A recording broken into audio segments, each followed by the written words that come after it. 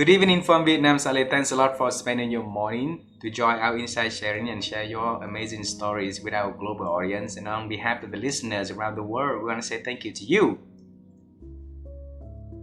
My pleasure. It's wonderful to be with you.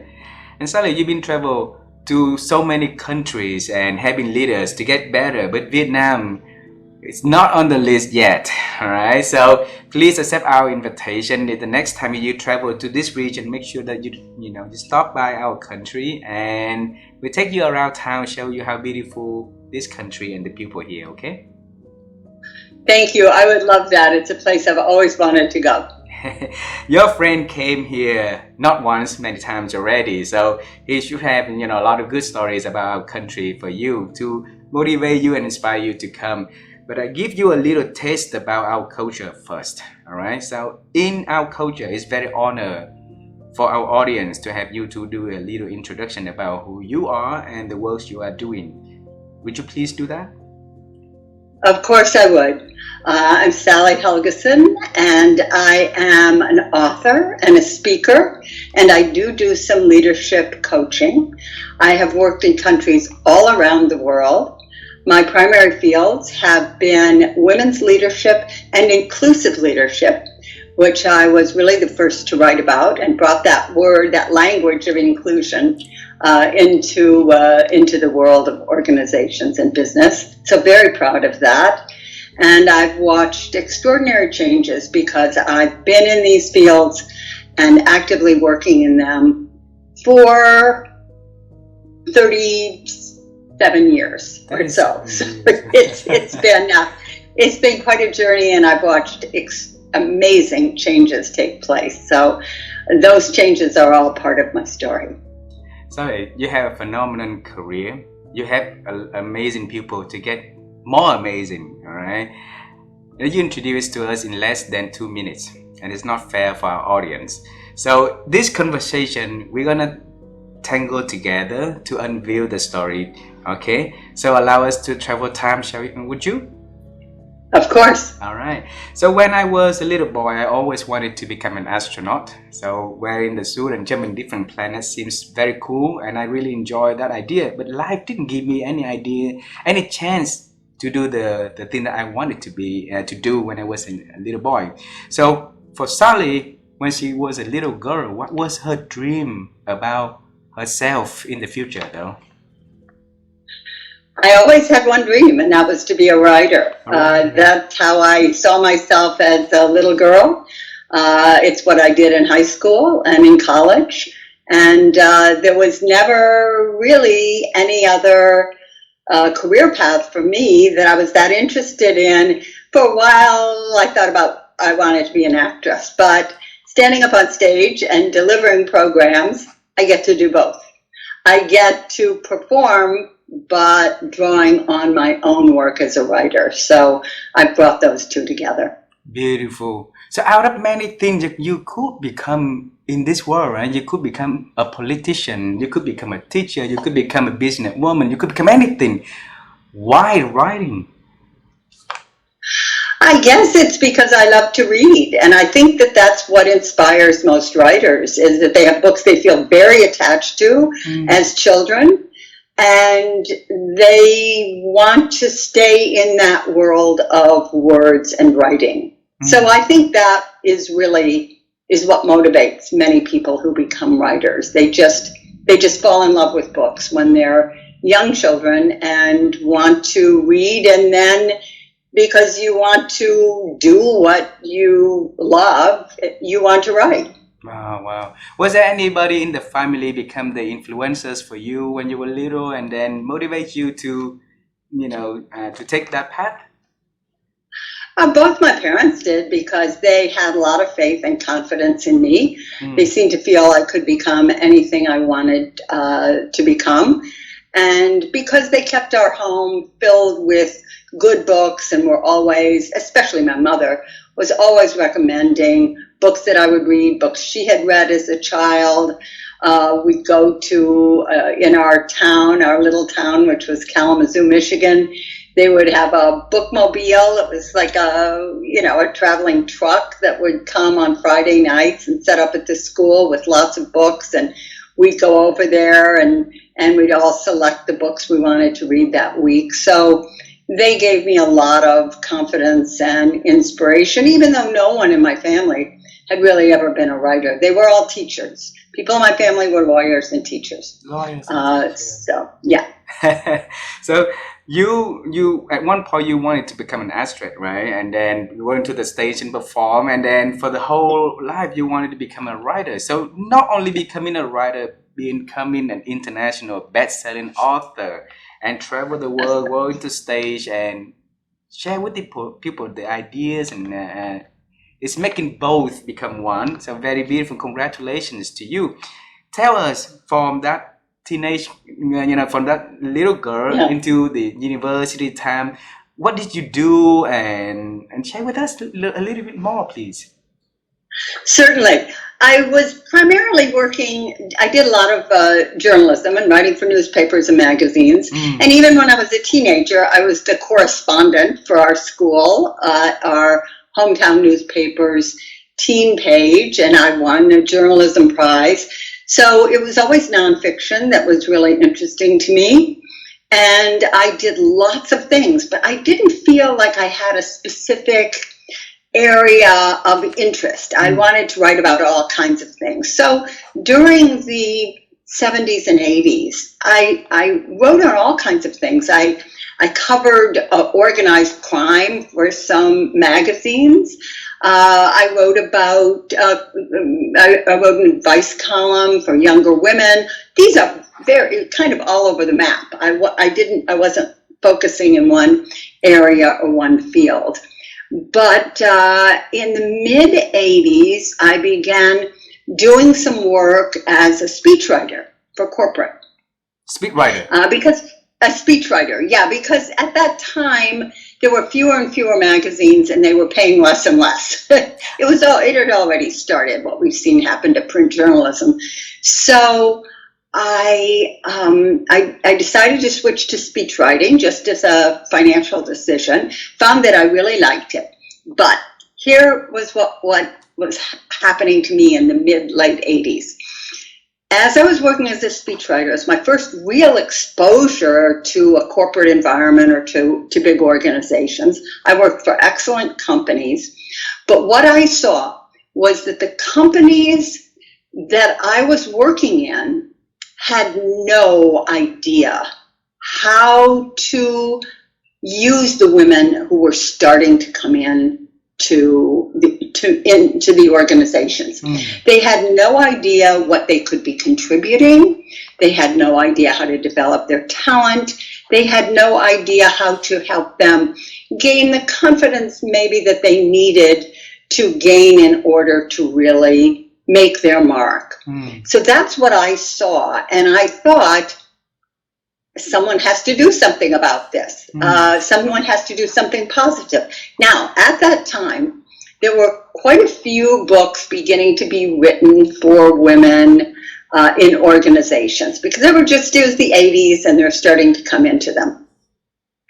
But the idea was always, and every single one of the books that were being written then were focused on how women needed to change, how they needed to adapt, how they needed to learn from men what worked and then try to copy that. And I thought this was a terrible approach. First of all, women weren't very good at pretending to be men. Secondly, organizations were beginning to change. And the changes that we began to see later in terms of organizations, the technology and the spread of ideas and the breaking down of hierarchy, those things were beginning to change organizations, but yet women were being advised to adapt to a leadership model that I felt would become increasingly obsolete. So what I decided to do, and it was basically my own idea, was to try to get a contract from a publisher on a book that looked at how some of the more successful women did things, because there were women who were in leadership positions, not many at all. But I wanted to look and see, how do they do things? Are there things they have in common? that other women could learn from. And I got the contract. I began interviewing women. Then, after a while, a lot of interviews start to sound kind of similar. So I decided that what I was going to do was focus on diary studies, that is, documenting what these women did through their day. So it could be very specific and give a real sense. It was like storytelling. Give a real sense of how they did things rather than how they said they did things. And that model was really useful in that case because people tended to be skeptical. They'd say, oh, well, she says she does that, but I'd like to see what the experience of her people is. I wanted to be in the organization and show what was being done. So that book, which was then entitled The Female Advantage, Women's Ways of Leadership, was published in 1990. And it was the first book to focus on what women had to contribute rather than how they needed to change and adapt. And I believe that because it was the first, there was nothing like that and nothing had been written like that, it became very successful and very popular and had a lot of influence. And I knew it almost from a couple days after it was published, because I started getting these letters. We got real letters through the mail in those days. I started getting these letters from women saying, this has shown me I have a leadership style, or I always thought I did things wrong because it's not the way that my father did things, but now I believe that I have something different to offer and I can be successful or a leader on my own terms. So women were feeling a tremendous amount of confirmation because of this. It was kind of ironic to me because my idea had been this book would be for organizations to help them understand what women had to contribute, but it wasn't having that impact. It was having the impact upon the women themselves in terms of their confidence. So, because that book became popular, I started getting a lot of invitations to come into organizations and speak to the women and do a program. And there was no budget for these hardly at all at that time. But I felt, well, it's a good way to sell books and I can make the book and keep the book successful if I do this. So I ended up quitting the very good job that I had doing speechwriting and full-time writing on the subject, continuing writing articles and adaptations from the book, but also doing a lot of speaking. And it was the first time I'd done public speaking. I didn't really, I had to learn on my own. But it was the right thing to do. And I sort of knew in my heart that it was the right thing to do, that this was an idea and this is important for anybody who has a sense of following their own path or dream. I had the belief that this was an idea whose time had come and that it needed somebody to stand behind it, and that because I'd written this book, I was that person.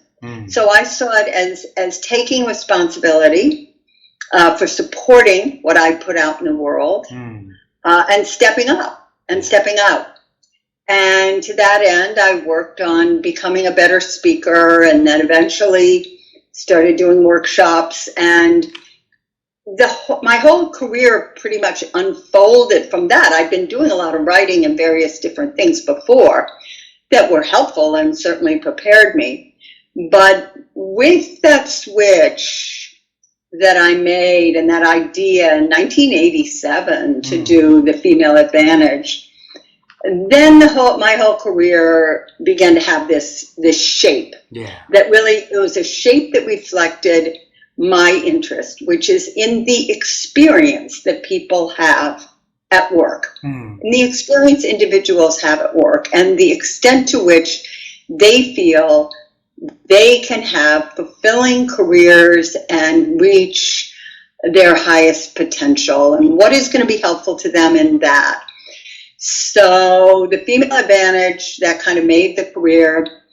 one of the things that I was aware of in that book is that the women often used, the women that I studied, who were women who were extraordinary leaders, they often, were very interested in including people rather than leading in a hierarchical way. So I called my next book The Web of Inclusion, which was about organizations that were good at getting sort of maximum ideas from people at every level. And that started the whole theme of inclusion. So since then, I've written in 6 more books and lots of articles and lots of programs, but they've all kind of come from that interplay between women's leadership and inclusive leadership. Beautiful, beautiful. I want to bring you back to the 1987. Okay. Yeah. That is the starting of all the change, right? And you mentioned in here, in the mid 80s, that young girl Sally, innocent Sally, also put it that way, all right, came to the corporate world as a speechwriter and start to realize something is not working properly. All right. Yes. And back then, there's a lot of women went to work also. They also witnessed something that not working properly, but not a lot of people start to do something. So I note down in here that you said that someone had to do something, and you decided to do something. All right. So just tell me how a day looked like back then for you when you came to work and you start to realize that woman was underestimated, woman was undercontributed, and you want to make that change. Tell me. What it looked like to me was the experience I had of very low expectations and pushback from more senior men around me, many of whom I liked and felt were very good at what they did. Let me give you an example. Please. I was sitting in a meeting with a very senior team. I was supporting I believe the chief financial officer. I was there to write a speech for him. So I was sitting in this meeting, and they were talking about various ideas they had to try to get, raise the company's profile and attract a pool of talent that would be broader and more informed. And I had an idea for this. It was basically an idea that I'd had because I was speaking to one of my sisters the night before, and she was a high school teacher, and in her community, a local corporation had supported some of the high school students in an initiative. So I made the suggestion, I said that I talked to my sister and she had said this, and I made the suggestion that we consider something similar. Well, first of all, I wasn't really in a position to bring that up. I was there, to support my guy, my senior executive, but it just seemed like a very good idea to me. And so I raised it in the meeting. Absolutely no one responded at all. It was as if, I didn't exist. No. No one responded. Okay. And I was surprised, but in another way, I wasn't surprised. I was the most junior person in the room. I was the only woman in the room, and I didn't really have a speaking role. I just thought I had this great idea and people would be excited by it, which they were not. So as I was walking out of the room, my boss's boss came up behind me, and he said in a really insulting tone, he said, "Well, you certainly aren't afraid to share your opinions, are you?" And trying to make me feel bad. And for whatever reason, and this was, I think, one of the most important moments in my life in terms of having a voice of my own, I responded, "No, I'm not." In other words, I didn't say, "Oh, I'm so sorry, maybe I spoke out of turn." I didn't apologize. But I wasn't defensive. I didn't say, "I have a perfect right to," no, I didn't do either of those. I just said, "No, I'm not. No, I'm not afraid to share my opinion." And he walked off like shocked and alarmed and upset. And I thought, okay, I'm going to get fired here. I've insulted, my boss's boss thinks I'm a jerk. And but that didn't happen. Wow. And I kind of went along, and about a month later, I overheard him in an office with a colleague saying to that person, "You know what I like about Sally is she's not afraid to say what she thinks." And I realized that I needed to help other women do that, to have the confidence that what they contributed was important enough so that if a senior person objected to it, they didn't have to take that to heart and feel terrible and, oh, I did an awful thing, or what's going to happen to me. They could just be very clear, no, this is what I think, but not at all defensive. And then wait for the person's opinion to evolve about them. So that was a big moment for me. But it also, going back to your question, describes what a day looked like. Yeah. It was very difficult to get any of my thoughts, what we would call now strategic ideas for the organization, for them to break through. There wasn't really a structure. The men around me were not accustomed to hearing any of these ideas from women. Yes, there were women now working in the workplace and a few even at middle management, but they were not used to women contributing strategic ideas. So that became a very important thing, and I really thank my parents and the educators I had when I was younger for having had the confidence to think, oh no, I said something awful, I made a terrible mistake, I'm sorry I offended you. That I could just be polite about it, but not back off.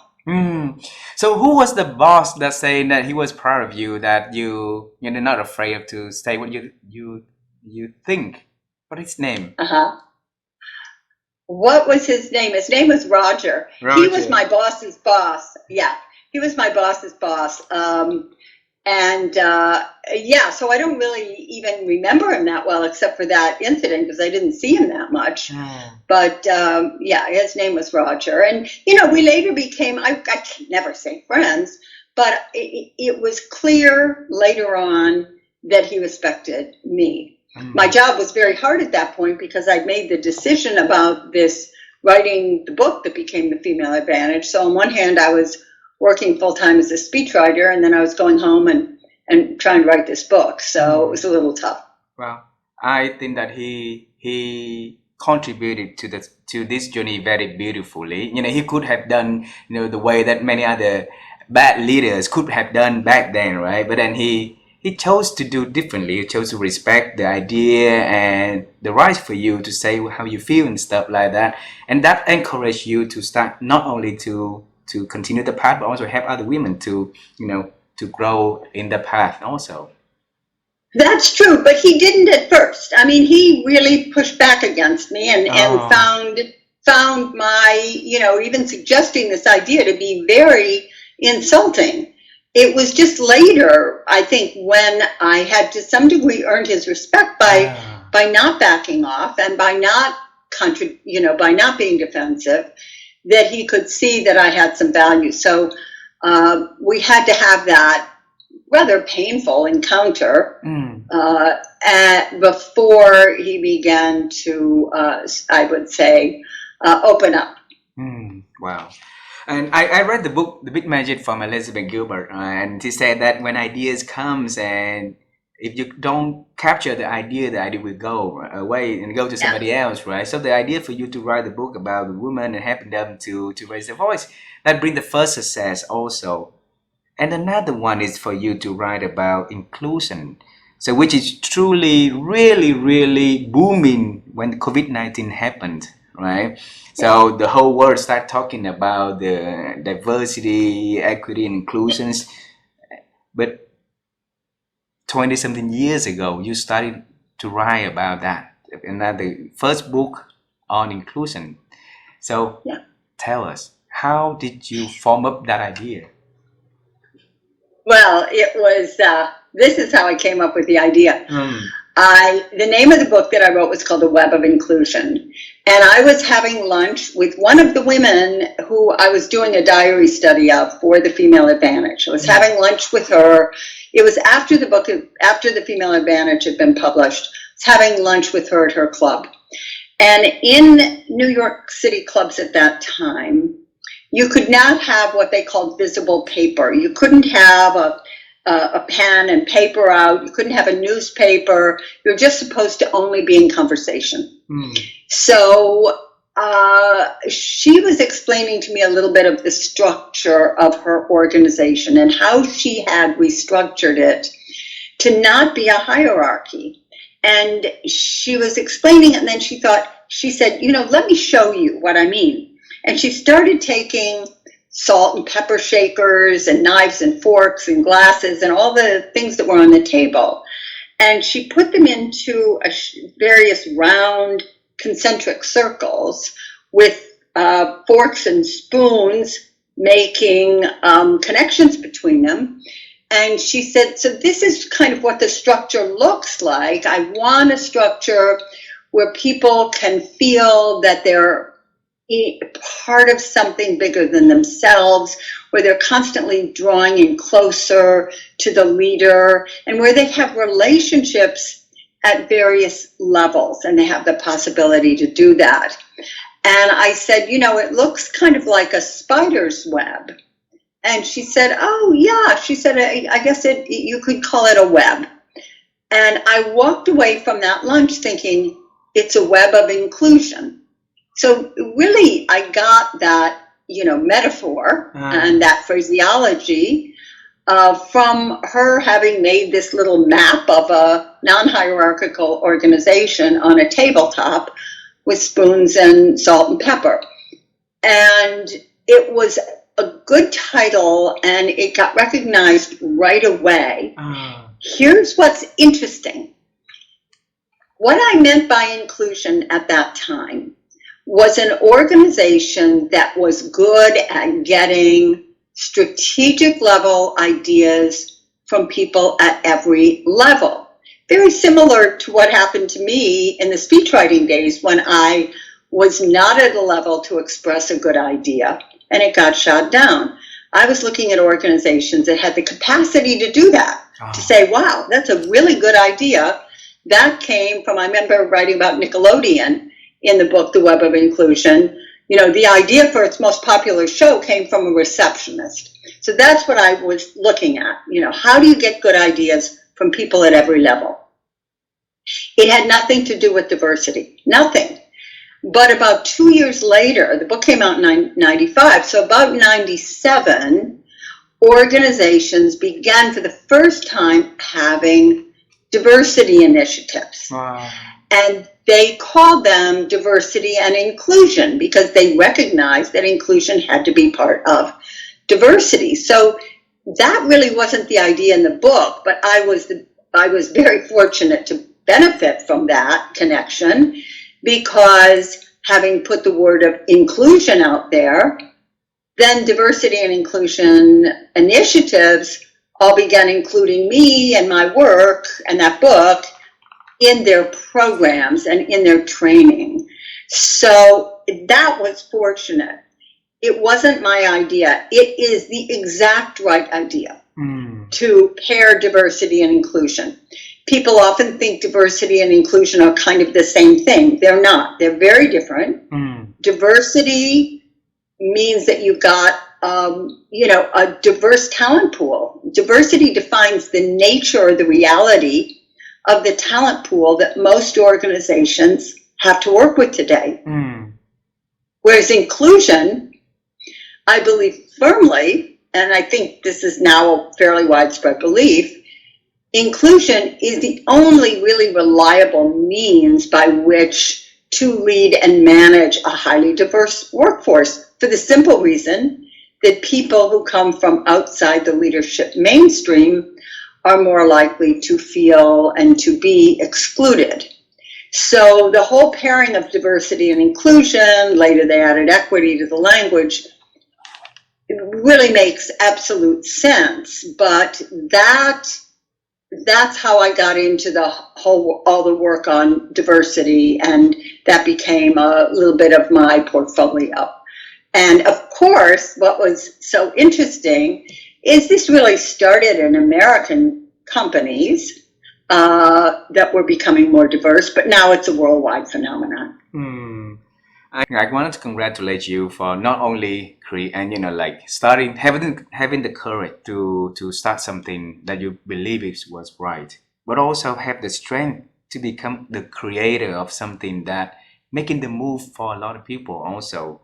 And the whole world is really onto inclusion. It needs to have somebody to start it first. So the ship was started in 1997 by you, even though back then the web the term web inclusion was not exactly what you envision it's supposed to be, but it's starting something. You see the creating, yeah.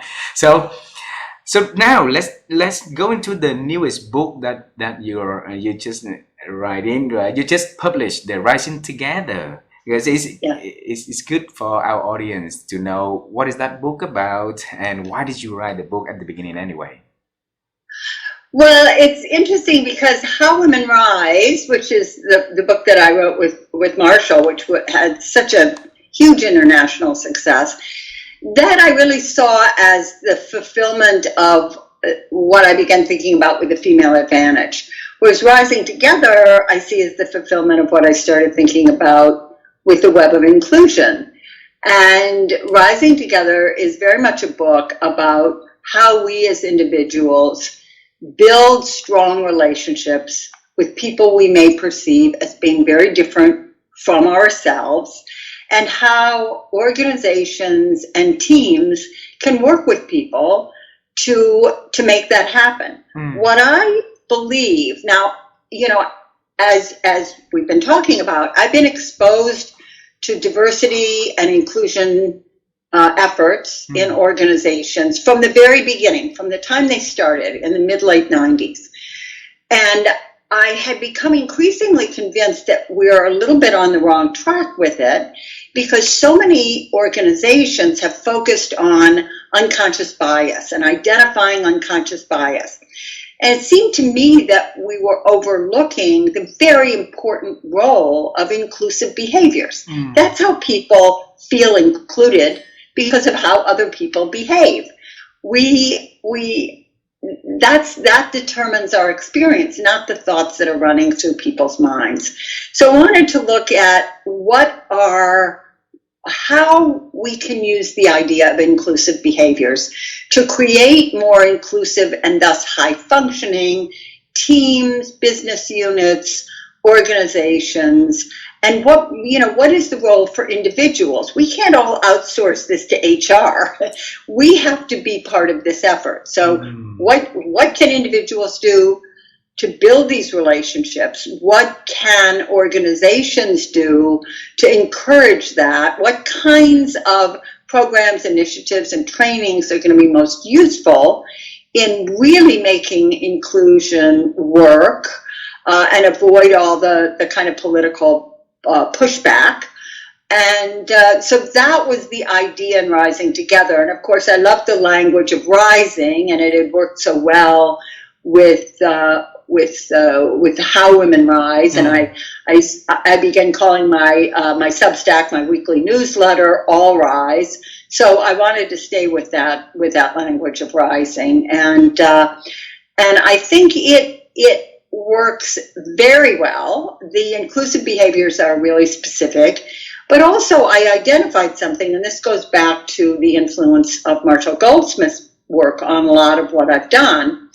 And by the way, How Women Rise, I originally thought of as what got you here won't get you there for women, because I noticed in working with Marshall's book, What Got You Here Won't Get You There, was that a lot of the habits he looks at that get in people's way are not much of a problem for women, but there are a lot of issues that get in women's ways that may have served them well in the past that were not in the book. So that's why I suggested to him that we collaborate on that book, and which became, extremely successful. But that shows how his his thinking influenced mine. That whole idea that the habits and behaviors that served you well in the past may undermine you as you move forward.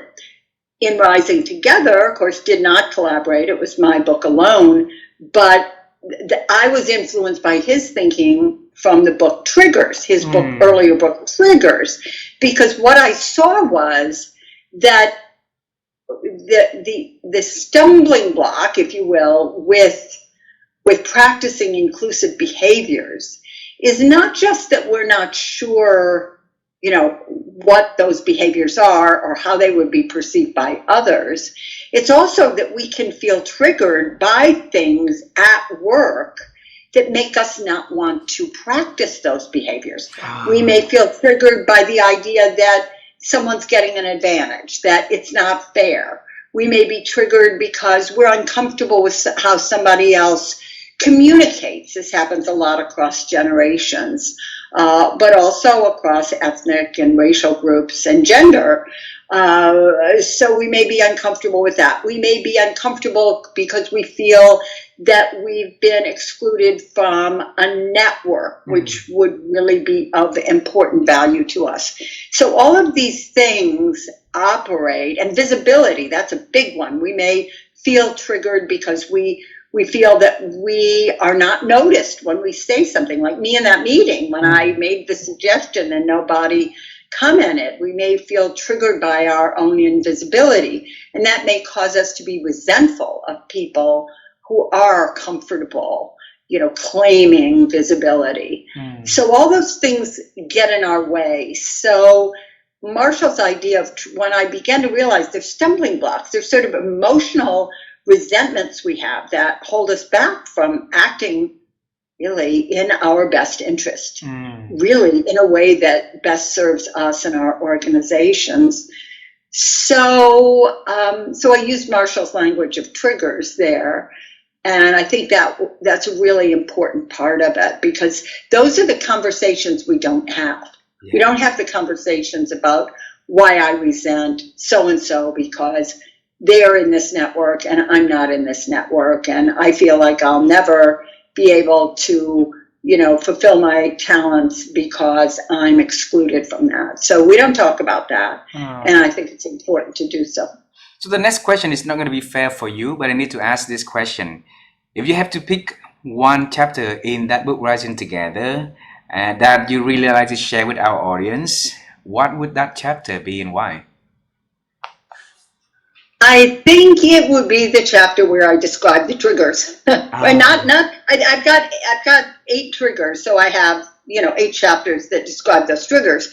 But the big chapter at the beginning, where I talk about what gets in our way, and try to talk about it in a very honest and real way that's really grounded in reality. What kind of resentments hold us back? How triggers operate? Why they're emotional responses, how they lie outside our control. They do not lie within our control, but how our response does lie within our control. And also in that chapter, I introduced the kernel of an idea that I've been working with since the book came out in workshops. By the way, I did my first big workshop in Singapore on this last year. And the idea is that what holds us back with these triggers is not so much what happened or even the emotional response, but the story we tell ourselves to explain our emotional response. For example, on the visibility, we may tell ourselves, we feel uncomfortable in a meeting, but somebody else seems to be very comfortable and get all the praise and all the recognition. So what do? We often tell ourselves, well, that person's a showboat, or, they're arrogant. They're very all about themselves. I'm not that kind of person. I'm a more appropriate, modest, and humble person. So we tell ourselves this story, and then it's that story that keeps us stuck. And so one of the things I realized, I talk about it a bit in this big chapter on triggers in Rising Together, is the best thing to do is to rewrite the story and Rewrite. write a story, in a positive way that gives the other person the benefit of our goodwill, not the benefit of our doubt, but the benefit of our goodwill. And even if we don't believe it, even if we believe that really we're being disrespected, even if we believe really that that other person is a showboat or is somebody who is trying to grab all the attention for themselves, even if we believe that, if we can rewrite that story in a more positive way, oh, they probably, reframed what I said, not because they're trying to steal my idea, but because they wanted to make sure other people heard it, or they thought it was such a good idea, it bore repeating. And just telling that kind of story, why is that important? It's important because it gives us a path to action. Yeah. It gives us the ability to act in a different way. If we're telling ourselves the negative story, we don't have a path to action. All we can do is feel resentful. Maybe our action will be to grab a coworker who we think may agree with us and complain about it. That's not a very positive, that's a path to action, but it's a negative action. So really, by doing that, then we have a path to positive action. We can, go to that person afterwards and say, oh, I'm really glad you echoed my idea in that meeting. Thank you. Maybe it's something we could work on together and make a presentation to the unit about what we're talking about. So it gives you ways to act positively, and that's what I really think is most important, is getting out of our heads, getting out of attitudes of negativity, even when we feel we deserve to feel resentful or negative about something, so we can take a positive action. If we're able to take that kind of positive action, we have the chance to turn somebody who may have been an adversary into an ally. Yeah. And even if we don't, just that demonstration of our goodwill is a very positive thing. Yeah. So it doesn't matter how other people could be. We can always be the one that we would want us to be, right? Ourselves to be. And imagine if the world people can have that superpower to reframe the story, reframe the idea, rewrite it in a positive way. How one can treat another in this world is going to be changing so significantly. So I think that's the rising together is going to be another superpower tool that can help people to go to the next level where we can truly work together. Because the world over the years had been promoting for individualism for so long, and it needs a lot of, antidotes to help people to get out of that and start to see, yes. I have 3 last questions, actually 4 last questions for you, but let's start by the one important one first. My wife and I, we've been travel and interview a lot of people and asking them how amazing people think, because we believe that if we can help people to improve their ability to think by simply asking amazing people like you the secret of thinking and how you expand the thinking so other people can learn and apply in their life, that can help them to start the change in a positive way. So Sally, I'm asking you this question: how have you been growing your ability to think?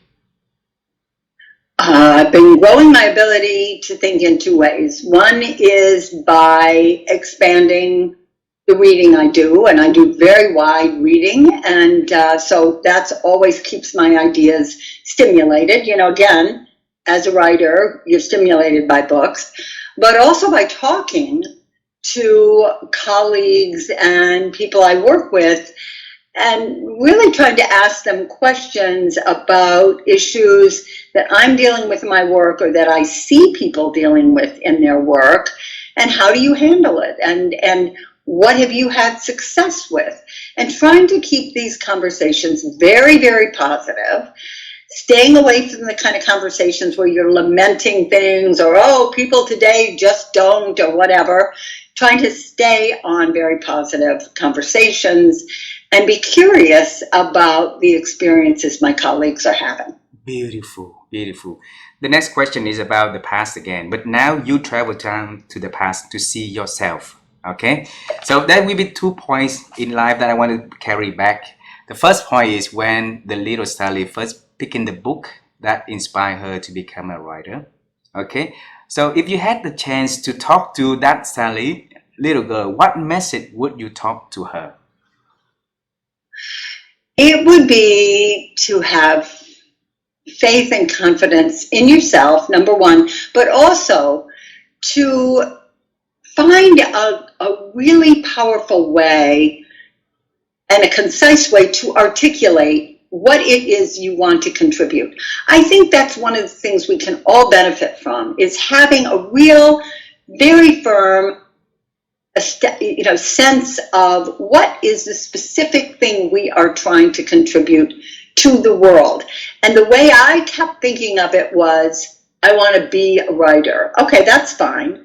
But that doesn't let anybody know what I'm trying to contribute, how I'm trying to change the world. And I would have said, start thinking about that early so you can be clear about it.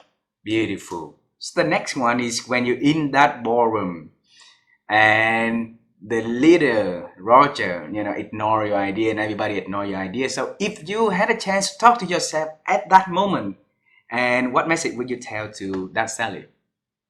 I would say, don't be defensive. Don't be offensive. Which I wasn't. And don't feel insulted, but don't apologize. You didn't do anything wrong. I think that what amazes me is that at that moment, and I guess I was 35 or something, that somehow it just came out of me to say, no, I'm not afraid to say what I think, in a perfectly nice, normal way. So what I would say is, good response. Stay with that. Stay with that kind of response. Yeah. Okay. Wonderful. I know the time is coming to the end. So the last question is, I want to do it quick. Okay. So it's not fair if I don't take you to the future, Sally, because we travel time in the past, the present. You need to go to the future a little bit. So you are the person who always create big things for you to do. So what is the next big thing you are about to do, you want to share with me and the audience so we can celebrate with you in advance? Yes, the next big thing I want to do is to write a memoir, because I feel that I have seen so much, I've witnessed so much change. I've been sort of had a front row seat on the evolution of these two very important areas in the world. Of women's leadership and inclusive leadership. So I want to talk about what I saw and how I got to where I was, and the amazing people that I met along the way. So this is the time in my life to sit back and reflect and bring those memories back, and to write about them in a way that's going to be helpful to other people. Beautiful. And a lot of people will need to read that book, so that, because we all have our journey, our role, our path, right? We met a lot of other people also, but how we can make a story out of that, how we make sense of things happen around, that's beautiful. So thanks, Sally, thanks a lot for being so nice and joining and share your stories. And I learned a lot today. I know that our audience will be benefiting a lot from listening to this conversation.